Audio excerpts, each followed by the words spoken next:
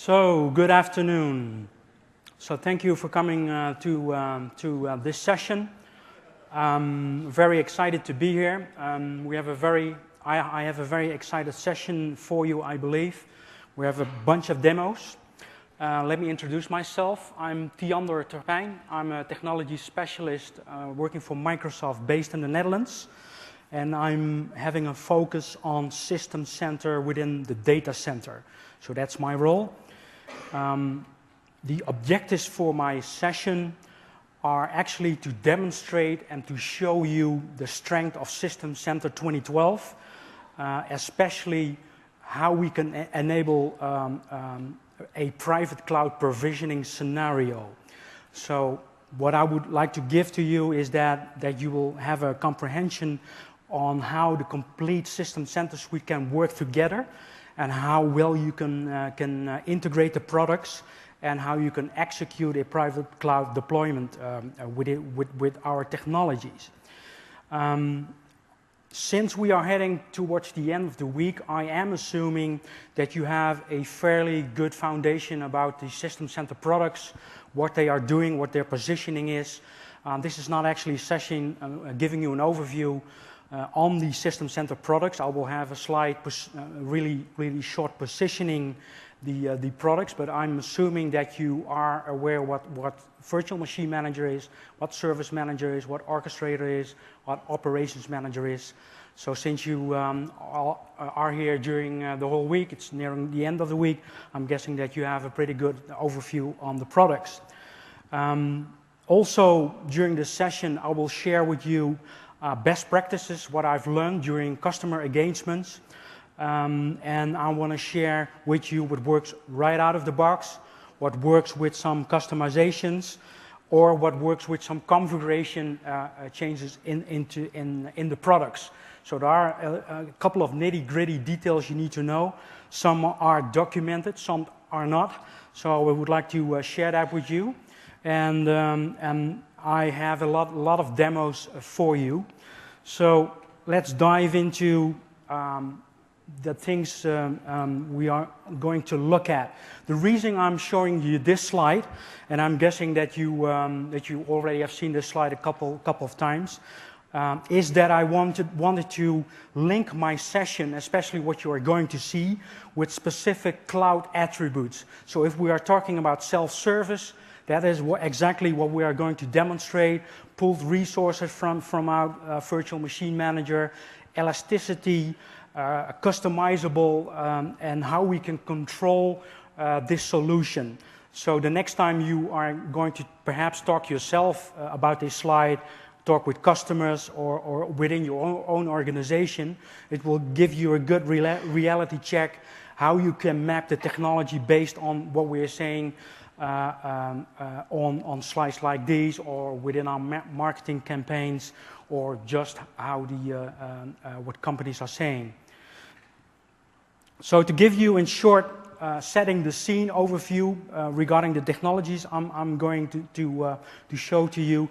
This is a typical data center architecture picture design that you probably have seen a couple times.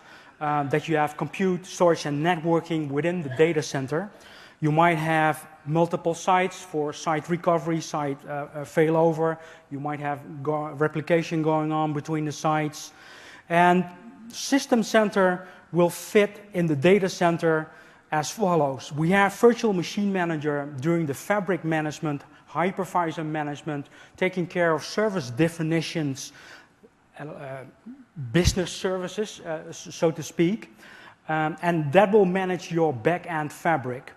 If it comes to processes, which are really important in a data center, we will position Service Manager supporting ITIL processes like incident management, change management, release management, and last but not least, also our self-service portal to handle self-service requests. Then we have, of course, Orchestrator, the glue behind it, the magic, the horsepower, I call it, because that's a really a great technology for runbook automation, which I'm going to show you later on in the session. So if you have a solid process in place, and that is fantastic, you need something in the back end to actually execute what you are offering within a service request. It doesn't make any sense that you have a beautiful self-service portal, a user can fill in stuff, and it's submit a request, and at the back end, an administrator has to type in all kinds of information by hand. That sounds silly, but that is today pretty much a reality. So operations manager, of course, is taking care of monitoring our environment, monitoring the business service. I'm publishing and deploying and handing over to users, end-to-end service monitoring. Then we have data protection manager, who will take care of your recovery of your data, might assist in a site disaster recovery scenario, is able to read and write with our System Center products. Then we have config man, taking care of configuration management, application management, baselining, those kinds of stuff. And then we have app controller. And I always get questions regarding app controller if it comes to compared against self-service, what we got in Service Manager. We got self-service, a self-service feature in config man. And you must, it is a good point of view to look at Service Manager for filling a service request. A user is requesting a service, needs to provide all kinds of information, type that in, submits a service request, and that will be handled in the back end. App controller is able to consume resources which I allocate to a specific user. So in my scenario, I might be able to provide capacity, cloud capacity to a user. I might publish a service which an app controller user can consume, can configure itself, can scale out, can delete, can remote control to the VMs. So that's a different self-service type of portal we have. So it's all about consuming the resources I'm putting available. Compared to Service Manager, where I can fulfill a service request type. If you look at config man, what we have in there, that's pretty much a foundation being set up to request software and only software. So there's not really a process in place other than requesting a software, and you can set up a approval policy on that. But there is no really process behind config man. We will be releasing a solution accelerator which will create a service request within Service Manager. So if you are planning to use the self-service portal of config man, watch out for that solution accelerator, and that will tie it up with Service Manager. So my session, as mentioned earlier, is based on a customer scenario. So what I would like to do now is introduce that customer to you, introduce what the case is and why we got involved at Microsoft and why this is a fantastic solution to consider. So the customer, where the session is based upon, is a large international accountancy firm. So it has offices all over the globe. Each country has its own profit and loss. And it is pretty much an independent firm, but belonging to a corporate organization, which means that there is a corporate IT division, a global IT division, which is managing the infrastructure, but each and every member firm has its own say about the IT, but they need to cooperate together, and they are using a hosting type of service, if you like, from that corporate IT division. So the case they were looking at a solution for is they were looking for a fast and, of course, a cost-efficient way of providing IT service to them, especially focused on infrastructure. So meaning that if there is a new member firm which needs to be onboarded, then they would like to onboard that member firm fully automated, fast, with self-service provisioning. They have a data center, so you can compare them with a hoster, and they need to allocate capacity, which is within their own data center, and we like to call that a cloud, but it is just their data center with capacity and resources. But it is what it is, and we call it a private cloud. That is pretty handy for us to put a stamp on it. But it is a container. I call a private cloud a container of resources which I would like to delegate and let that consume. So we define 3 main scenarios.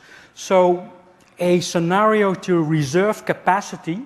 So we request capacity and delegate that to a member firm, or to a group of users, or to a user role. The second scenario is about deploying a business service, hence an application, through self-service. So they have a web-based application they would like to deploy, and they would like to have that repeatable with automation. And the third scenario is if they apply updates to that service, they don't want to redeploy the whole application or deinstall the application, but they want to be able to manage that on an update type of life cycle on that service. Well, that sounds familiar, doesn't it? So let me introduce you the players. So in the demo which I am about to show you, I will represent 3 different type of roles. And I was considering logging in, logging out with different identities, but I got confused myself. So I decided to just have one console. And when I switch roles, when I switch on another head, I will mention that to you. But keep in mind that I will not, for the sake of the clarity of the demo, I will not be logging off and logging on again. So the global data center team manages the infrastructure, is responsible for deploying that business service I just mentioned. Then we have the local IT manager. So each and every member firm has an IT manager, which might be perhaps a network administrator. An IT manager has different hats on, and is the one who is requesting a service instance, so is going to consume our service. Then the third role eventually is the end user, which in this case is an accountant, and that I would like to call the end user, the consumer of that web application. So those are the three roles. So if you look at the scenario, so we have the data center I just described to you. We are going to perform a couple of steps. First of all, the global data center team on the right-hand side will receive a member onboarding request and will request a cloud reserve capacity. That's step number 1. So step number 2 is that someone, often in financial role, will have to approve that the cloud capacity is being reserved for chargeback or showback purposes. So that's being handled by service manager with a process, an approval process. And the third step is being handled by orchestrator, the glue, the magic behind the scenes. And orchestrator will provision a new cloud, provision a new identity, and we'll hook that up to a VMM user role where we can delegate access and delegate capacity to. So the fourth step is to, I just mentioned that, provision that user and bind that to all the identities we are going to delegate to that member firm. So ready for demo? Okay, let's take a look. So to give you a tour of my small testing environment, this is what I call my portable data center. I've got 2 laptops here, so I'm bound to what I can do on these 2 laptops. I've got 2 physical hosts, so I got 2 Hyper-V hosts running with a bunch of VMs here. And as you may know, I've got currently have a couple of VMs running. I earlier deployed a service already kind of cooking style show. So we're gonna probably utilize these VMs. And I'm managing the fabric with Virtual Machine Manager. So you've seen this, this console a couple of times already today, I guess. So these are my two physical hosts, my data center. I am from the Netherlands, so I am having a Amsterdam data center in place. And these are my clouds, which I've already deployed. So as you can see, I already have a Vegas cloud in place. So this is my Vegas cloud I deployed when I was testing here on stage, and we already have a service deployed, my Vegas service. So that's Virtual Machine Manager. On the other side, I have for the monitoring part, I have Operations Manager 2012 in place, and Operations Manager out of the box comes, well, out of the box, you can import the Virtual Machine Manager management pack, and that will monitor cloud-related items or CIs coming out of Virtual Machine Manager. So as you've seen, I already have my clouds being currently monitored, and if I click on my Vegas cloud, you can see all kinds of metadata appearing on the bottom, and this is a good example of the integration. So we are going to deploy a new cloud which is going to be monitored by Operations Manager. I will show Orchestrator a bit later, but we are going to switch to Service Manager to get the demo going. So you're currently looking at the self-service portal of Service Manager 2012. I tweaked a bit with the colors, and I assigned some icons to it. As you can see, this is a SharePoint site. So I'm utilizing the Service Manager web parts. So if you are interested in customizing colors and fonts, I'm recommending that you check out a blog written by Travis Wright, our PM for Service Manager, and he has an article about describing how to install the web parts on a SharePoint environment. And you can have your own navigation in here, your own the way how you would like to set that up. The only thing is, you may notice that this is a gray bar. This is unfortunately hard-coded into the web part. I've spent hours to fix this, but we have given that feedback back to the product group. So let's start the demo. So I've got my IT service request here, and let's take a look at the private cloud section. And what I've got here are my available service requests. So what I'm going to do now, I'm going to provision a new cloud and an identity, and that will bring me to the request form. And I'm going to provision a cloud, which I will call my MMS cloud.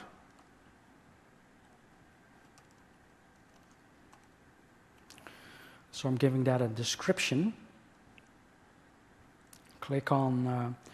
Let me give you some background information. So if you haven't seen this, this is a form created within Service Manager. I can create a service offering and a request offering, and I'm able within a couple of clicks to compose a form like this with all kinds of ASP.NET type of controls, like drop-down boxes, like a date picker, etc. What you're looking now at is a dynamic query against the CMDB.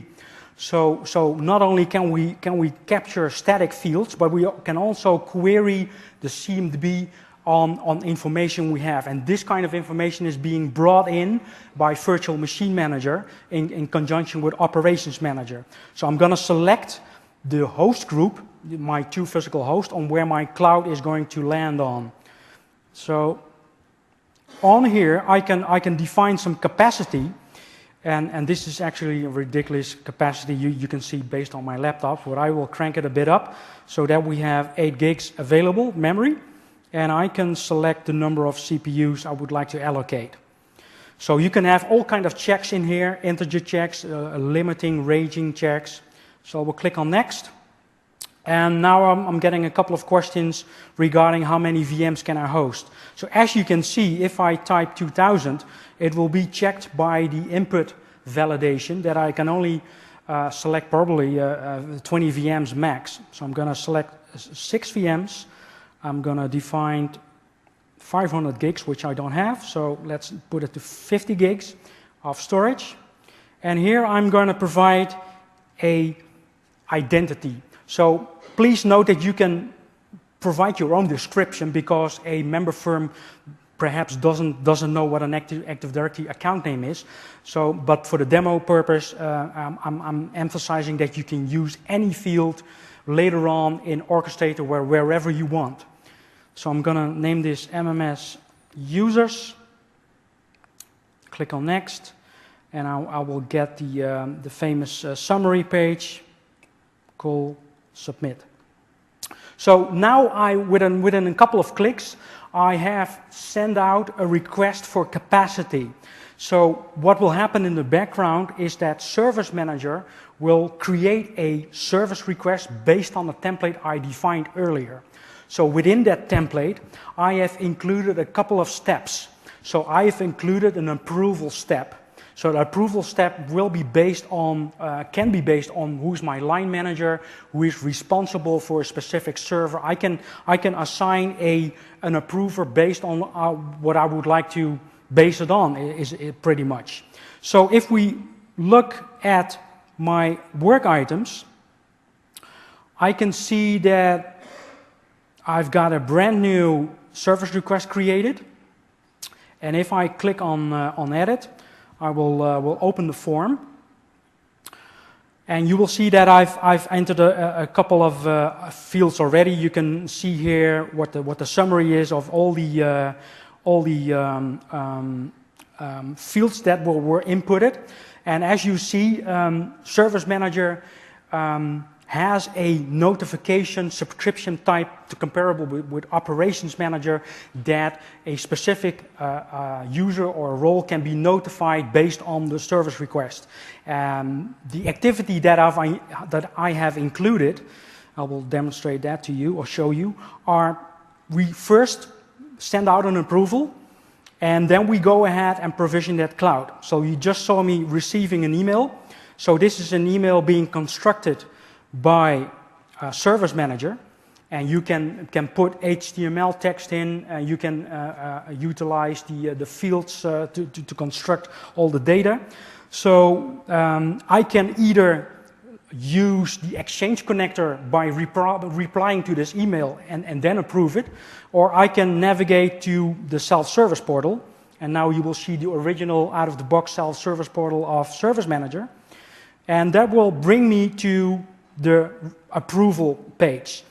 As an approver, I can check out what kind of request is being made. So I can evaluate here what kind of capacity has been requested. So that's what I allow. And from here, I will select the approver and hit approve. So I forgot to mention that now I'm putting a hat on of the IT manager who is in charge of the approver. The first request was based on the global DataCenter team, which sent out a capacity request.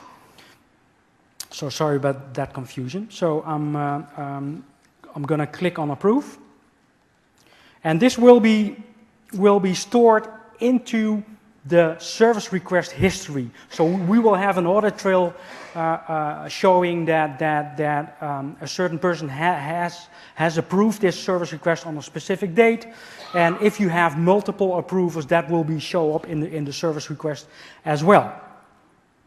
So if we switch back to the activity, and this is what we call a sequential activity. So you can have a bunch of activities being in a sequence initiated. You could also have a parallel activity, so multiple activities which will be executed at once.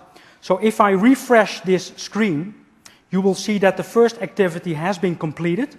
So this is what we call a complete check mark.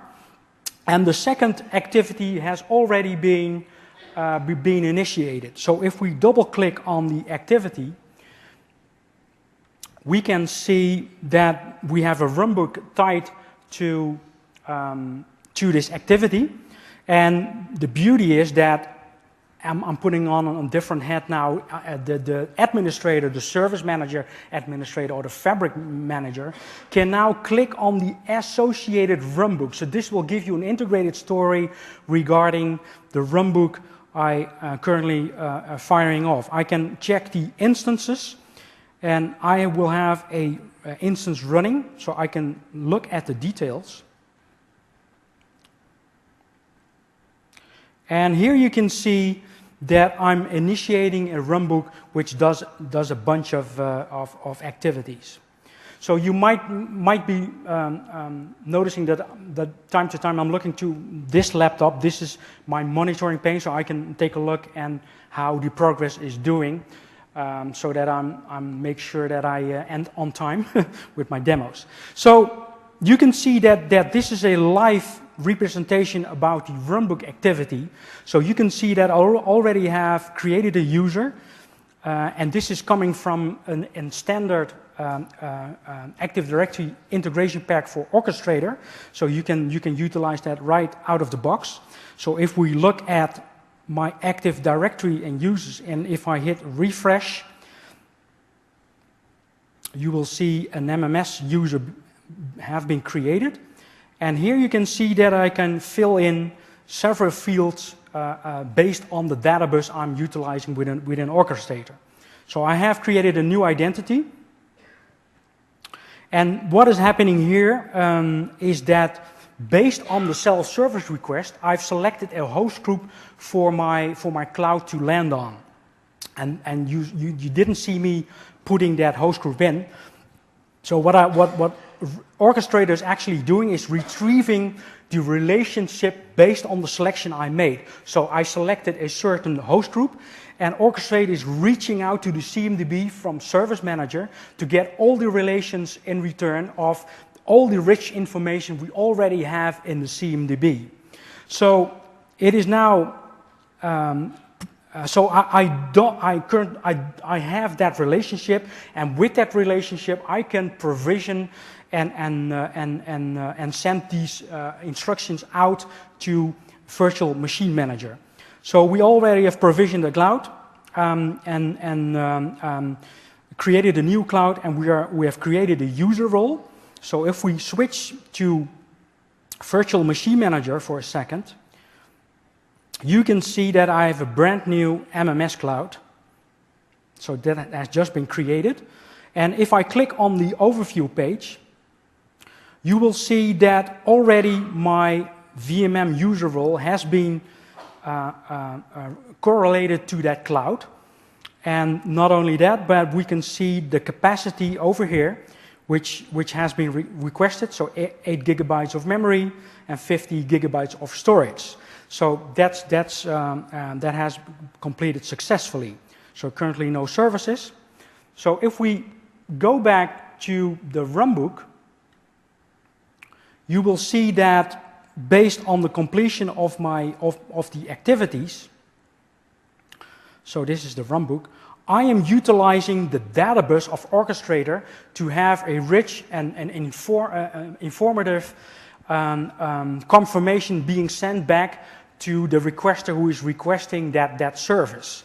So I can utilize any information out of the CMDB to construct that for me. So if I open this up, we will see that successfully the cloud has been provisioned, and I'm also getting an account to log in. So also I'm getting a link to App Controller. So if I click on this link, I will be brought to App Controller, and I can sign in with my brand new account here, MMS. And of course, out of band, we're going to deploy a password to that user. And if I sign in, you can see that immediately I can take advantage of my cloud. So this is the cloud capacity which has been assigned. So I'm seeing my limitations here. Currently, I don't have any services deployed, but I do have a library assigned to me. So this is where the difference between app controller and the self-service portal comes in, because I am able, because I have that services, to utilize that service template here. So I could choose for deploy from here, and I'm getting a notification about my capacity, and I could be able to deploy that service instance within App Controller. The downside is I need to configure all the stuff in here. I need to configure my computer name, my network adapter. I need to configure the service. So this is what I don't want, but it is possible. So let's switch back to the slide so that I can quickly go to the second scenario. So I've put this slide out as a reference, the steps you need to take to achieve this. So you need to create an orchestrator runbook to realize this. And in the second scenario, I will dive into the runbook and give you some more background information about the pitfalls, etc. So the second scenario is that the global data center team will define a service, define an application. So that will be defined in Virtual Machine Manager. So then if that's completed, the local IT manager, as you just saw me do, can send out a request to have a service instant deployed, can send multiple requests to deploy a service. So Orchestrator will handle that for us, will provision a service talking against Virtual Machine Manager. And we will also configure the service access, because I'm deploying a service instance. Now I need to provide access to that deployed service, because that's a different entity. And that will be taken care by Orchestrator. Of course, Operations Manager will monitor that service out of the box, and the accountant will consume that service from me. So let's switch back to the demo environment. And before I start out, I want to show you that Operations Manager already has received a signal that a cloud has been provisioned. So Operations Manager already has started the monitoring of that cloud. So if I run out of capacity, we will generate an alert for you. And if something goes wrong with the cloud as well, we will generate an alert. If the host has a problem, we will do that.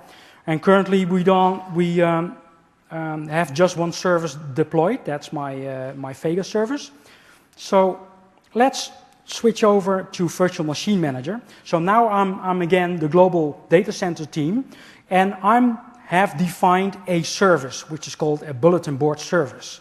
So if I open the designer, you will see that I can construct a service based on virtual machine templates, but the advantage is that I can do a lot more within a service template than I can do within a VM template. So the best practice is, even though you are deploying a single VM, put it within a service template, because one of the advantages is that I can service that VM and I can utilize what we call the roles and features.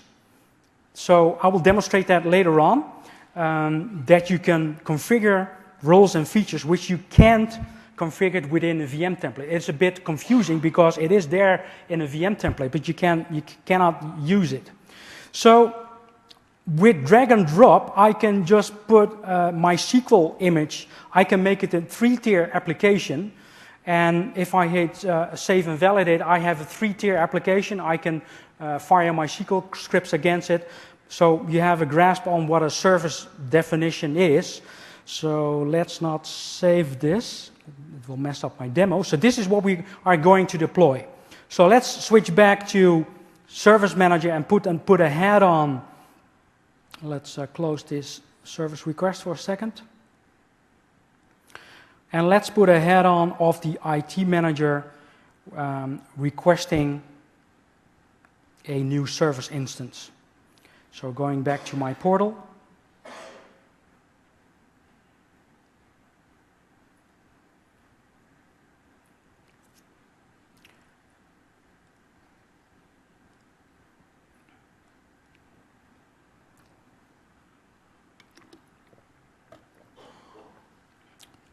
Yeah, live demo, folks.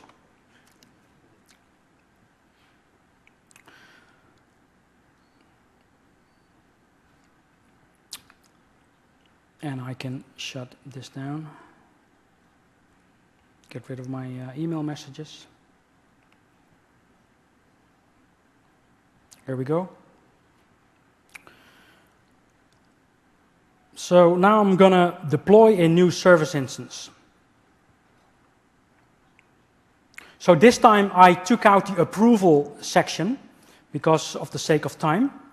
And here you can see that I'm requesting the CMDB again for a service template. So I'm going to select this service template to be deployed. Provided a name, MMS service. And now I'm ask for a service URL. And the reason I'm using this is also what you will see in an Azure deployment. And I'm using this field to construct my VM names as well. So I'm going to deploy it to the MMS cloud. And I have my MMS users I would like to provide access to. So MMS cloud, MMS service, cool. And yeah, the cost center is fine, cool. And let's go ahead and submit this. So this will again, let me refresh this page, will again create a new service request. Here we go. And as I said, I took out the approval section in this, so this will go a lot faster. Actually, the service I'm going to deploy based on my laptops takes around 20 minutes. So I'm hesitating to let you guys wait on a demo of 20 minutes. So in the meantime, if I run out of time, it would be nice to see that deployment in real time. In the meantime, I have a service deployed which we can utilize for my demo. But in the meantime, I would like to share some best practices and pitfalls with you. But let's first give you a glimpse of how my runbook looks. So again, same as the demo I showed you a couple minutes ago. This will have my runbook associated. Let me close down the old one so no one's get confused. So we have a new runbook instance active. And that will do a bunch of things. The same things I just described, so getting the relationship, and that will eventually deploy that service. So while we wait for this, this is a good opportunity to show you some tips and tricks I've learned. First of all, let's while we wait for this, first I'm going to show you Orchestrator. So what we are currently running is this runbook. You can see that it is started. So, tip number one, if you are deploying something with Orchestrator, which is CMDB related, and you would like to have that exposed within the portal fast, then you need to consider the synchronization of the connectors, because the connector, as you may know, the Service Manager connector will run only once a day. So these are the connectors I've configured. So you just saw me deploying a new cloud, and you just saw me in the second demo, saw me selecting that new cloud. So how is that possible? Because the connector which is responsible for updating the CMDB is my OM12 connector and my VMM connector. So what I've done in Orchestrator, I said, is add a different activity which synchronizes my connectors.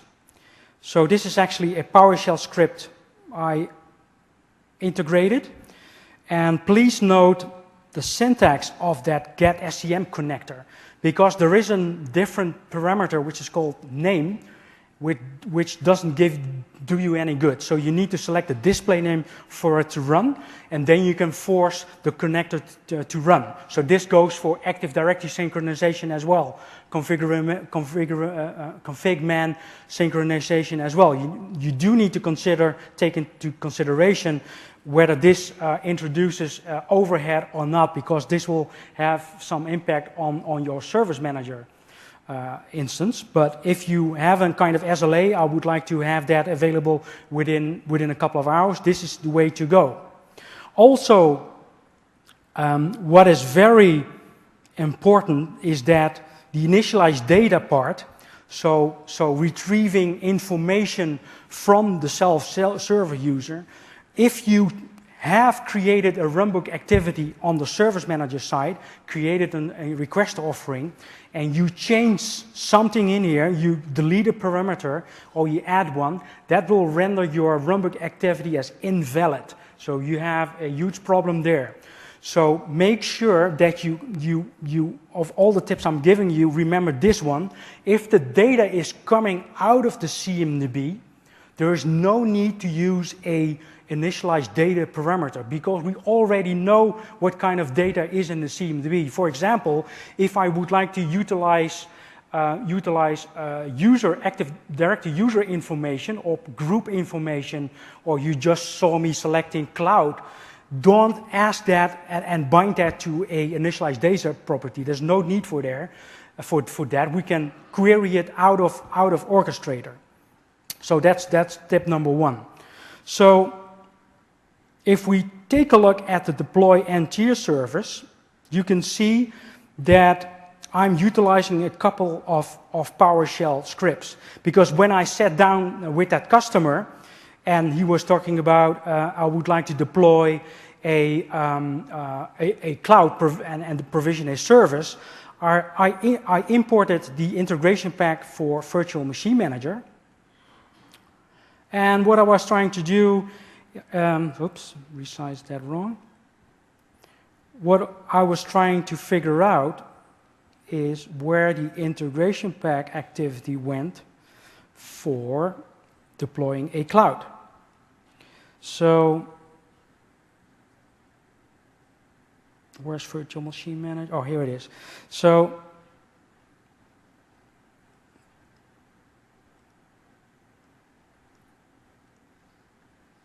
let me do that again.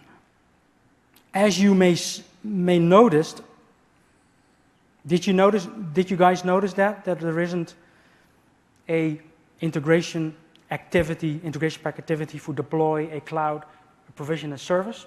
You will certainly come across this. Panic. Is it panic or not? No panic, I'm hearing here. Do you have goodies to throw with? I have a bottle of water.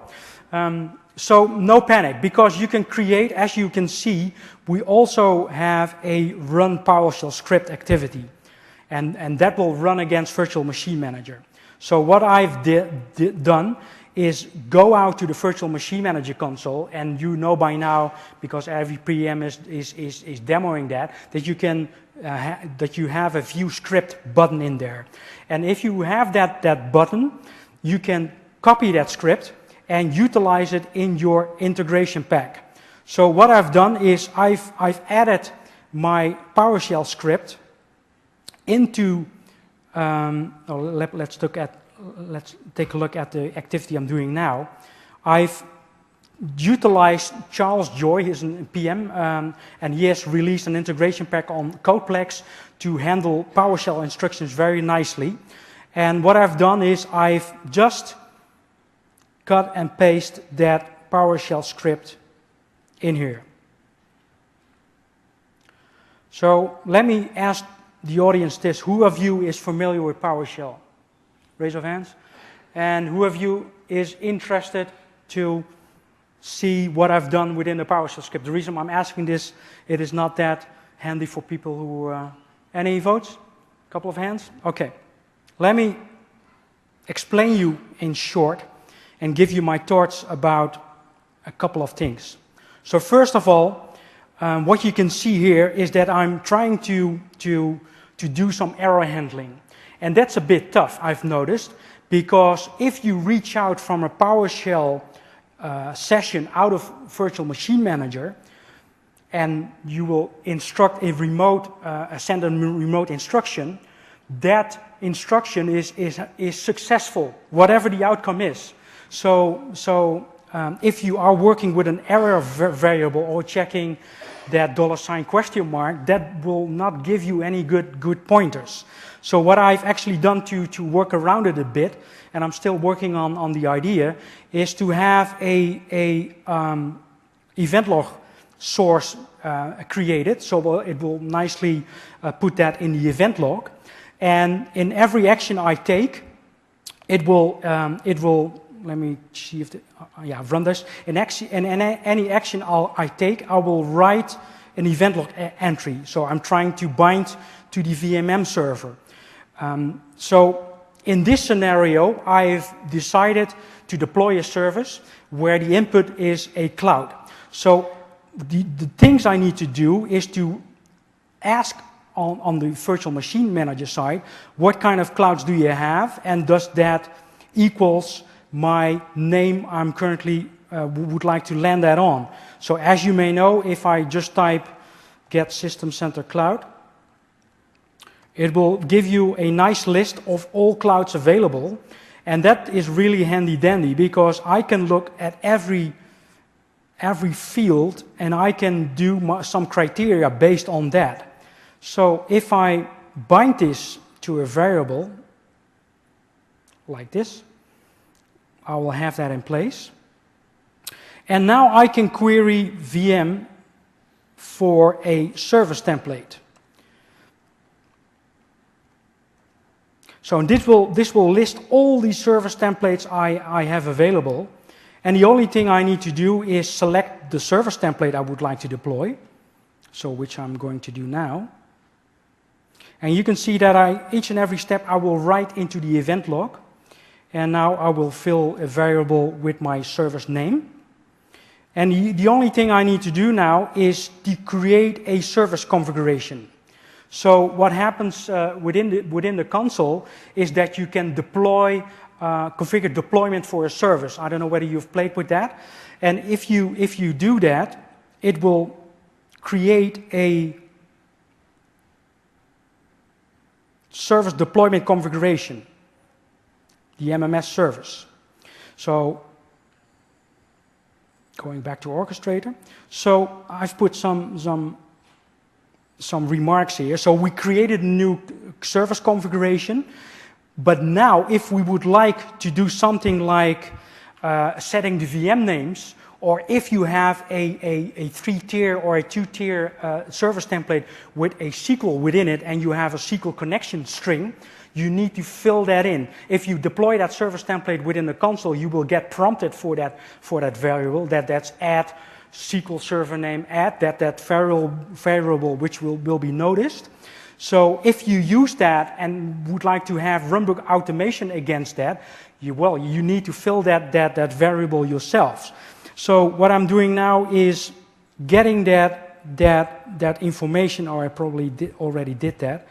And that information is being tied to my tier. So the tiers are within the service template. I do have VMs in there. And what I can do there, I won't want to execute this script completely, I can get the VM names out of there. So the VM configuration contains a VM name. So let me see whether I can. And that will have my VM name. So I'm just executing here a while loop to fill each and every VM with this name. So it's probably complaining about that I have the this already.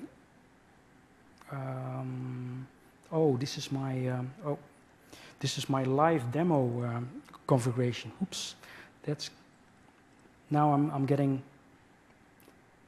So deploy new. I need to create my service configuration. That's it. Okay, that looks better. And now I'm tying this into the tier configuration. So what I wanted to show you is on the virtual machine manager side, now I have an MMS test. And if I open this up, configure for deployment, you will notice that I have a default VM name and that I have a SQL parameter in there as well. So it's a bit slow because I'm deploying that on the laptop where Virtual Machine Manager is running. Not a best practice by the way. But here you can see a different service template which contains a SQL, a sysprep SQL instance. So here you can see that VMM nicely detected that I'm using a SQL computer name. And the reason I added this is that if I want to move that around or have a different front end tier, the web.config, the connection string changes, of course. And here you can see that I've utilized default service names. So to finish the PowerShell explanation, if I run this,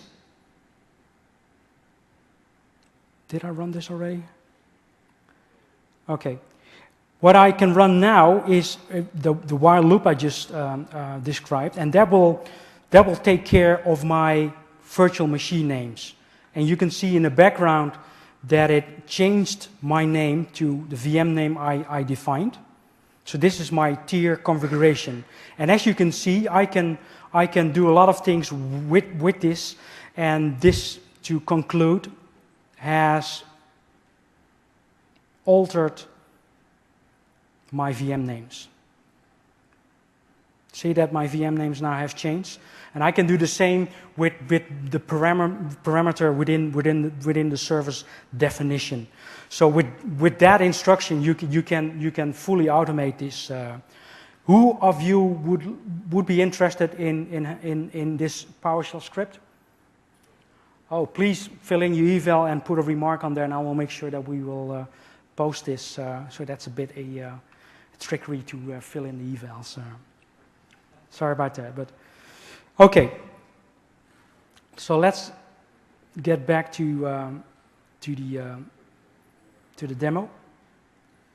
So you're probably curious how my runbook is doing. So I'm about to wrap the deployment, and what the next step I have is that when you deploy this service instance, Operations Manager gets signaled. So Operation Manager by now has my MMS service, which I didn't have. And if you use this, if you already have used this, you will notice that if I open a diagram view, I will have an icon representing my service. And this, even though if my service instance completes, this will take a while to show the VMs which are running underneath this. Has anyone played with this before? Okay, so you will notice that that this will not be updated. So I talked to a PM, and the thought behind it is that if the state of the service is being changed, then and only then we update the service definition on the Operations Manager side, which makes sense. You might disagree, agree. So what you need to do in your orchestrator runbook, of course, is to initiate a state change, force a state change towards Operations Manager. So looking back at my runbook, what I've done here is initiate an update SCOM connector here. And this is a single line you can fire. So this is a PowerShell, virtual machine PowerShell. You just have to fire this, the SC Ops Manager connection, and that will take care of that diagram being updated. So, so this will take care of my distributed application. So I'm almost completed. I'm on 96%, but I want to make sure that I've completed my slide on the slide deck. So we will switch back to the live deployed service instance. So we are deploying that service and almost done, but I just want to make sure that I cover the slides I have. So again, this is for your reference. So you need to define a service model, need to create the orchestrator runbooks, and create the service offerings in Service Manager to have that complete picture I just showed you. So scenario 3, I'm moving ahead because I want to show that in one go, is that of course the service which has been deployed is going to be updated. So the global data center team will update the service definition. We will make some modifications in there. And the local IT manager will be requesting that updated service instance. We will publish that out so that the IT manager can request it. In a demo, however, for time purposes, I will show you how that looks from the virtual machine manager side, because you've seen the self-service portal already in action. And it will be consumed by the end user. So let's talk about this for a second. Again, utilize the integration packs as much as possible, because those are fully tested out. I had to test my runbook a number of times and did some fixing of the PowerShell scripts in there. Again, we spoke about the Service Manager connector that synchronizes on a schedule and probably not your schedule. So make sure that you are aware that you can influence the schedule times through a simple PowerShell script. That goes for the Operations Manager DA instruction as well. And very important, I've read on the internet numerous complaints about the initialized data part. Again, don't change the variables in there if you have a runbook activity template and a service request offering tied to that. And please look at how we can take data out of the CMDB. So my service deployment has finished successfully. So let's take a look at my service deployment. You can see that I'm wrapping it up. Just sending, oh, what a timing. I'm sending my confirmation. So the IT manager or the end user who has requested the service instance is getting notified. So you can use Orchestrator by every means. I just heard from a colleague that there was a session with a Twitter integration pack, so you can Twitter the user if you would like. That's a new era, is it? So I have constructed this email, and the beauty is that I can leverage Orchestrator to construct all kinds of URLs. Remember in the previous self-service portal that I've requested a URL. So I constructed, as you can see, my URL based on that URL I requested, which happens to be my VM name as well. So what happens if I click on here? I'm going to access my service. And this is based on a Apache and MySQL bulletin board. So if you can read Dutch, you can read the following. And this is a real working bulletin board. And it is actually saying that one of my colleagues is buying me coffee afterwards. And to show you the VM, these are the VMs which were provisioned. So we just provisioned these two. And let's go ahead and connect to one of them.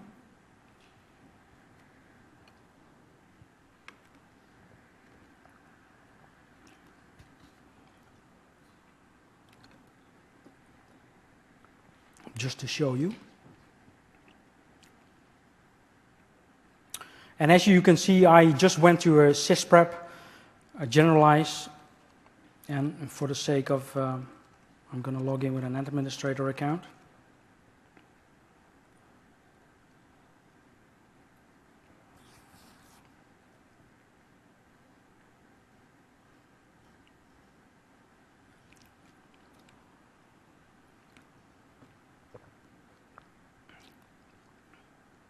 And to prepare for my,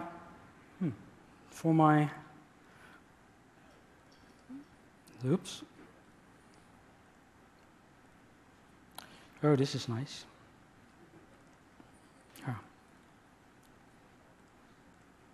As you can see, I don't have any roles installed yet. I'm going to do that in the last demo. So let's close this down. But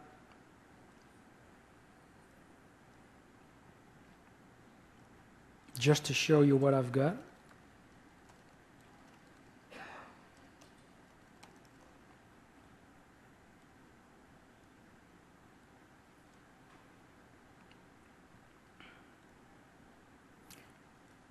You can see that oops, don't you hate this?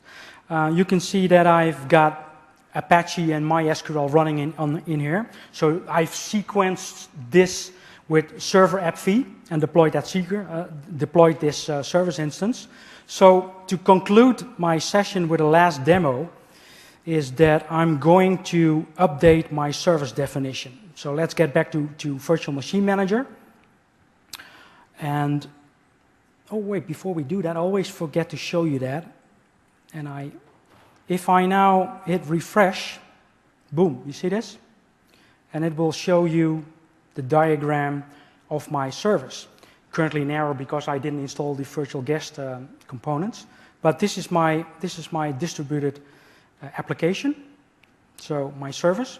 And this will, because of the connectors, this will be synchronized into the Service Manager CMDB as a business service. So all the metadata will be synchronized all around the System Center products. So going back to Virtual Machine Manager, going back to the library, what I'm going to do now is make a copy of my service template. And if I make this copy, and VMM needs to think about making a copy obvious. Oh, here it is. As long if I keep the name the same, I can relate it to the deployed instance. So I'm going to rename this to IIS. I'm going to provide access to my MMS user, and this is again an advantage by doing this with runbook automation. You don't have to do these kinds of steps. Clicking on OK. So I have a new version, and now I'm going to open the designer, and now I'm going to make a modification to that service template. So first of all, I'm going to remove the installation of the System Center agents. No need to do that again. And I will remove my virtual application. So look at the virtual application that this will has credentials which I can mask, which currently, and I can assign a parameter like the SQL server name to this.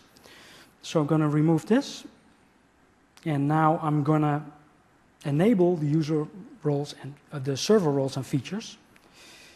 And the marketing and sales guys really love this demo because I'm going to replace Apache by IIS. That's a product manager. And I will install the management tools with it. Click on OK. Save and validate. And now I can look at my running instances. This is my MMS service. And the only thing I need to do now is set a new template.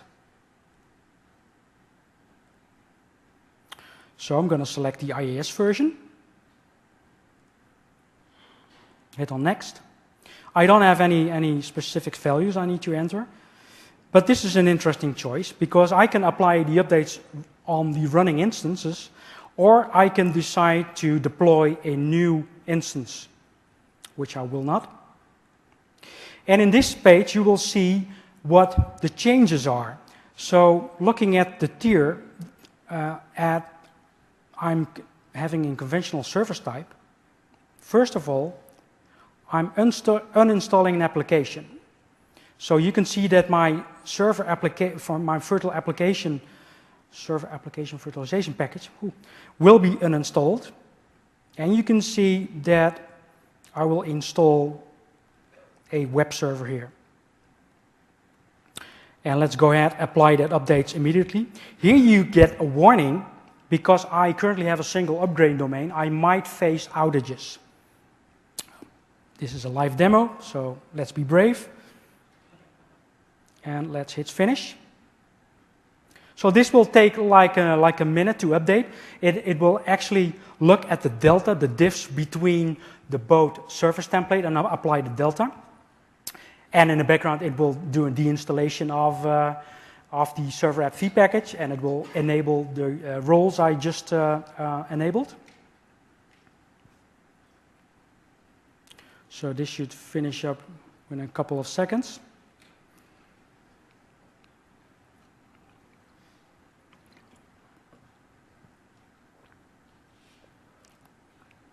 I can do a little dance for you if you like.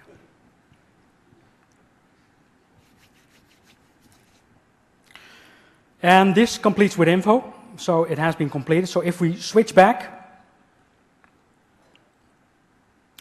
so notice that I have my bulletin board. If I click on refresh, so I'm going to refresh the page here. I like zooming in a bit. It will, oh, sorry, I need to,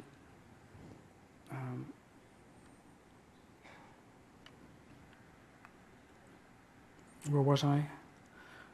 I need to refresh the page, and here we go. This is running. Thank you. And this is a fully functional website, and please look at the news here. So.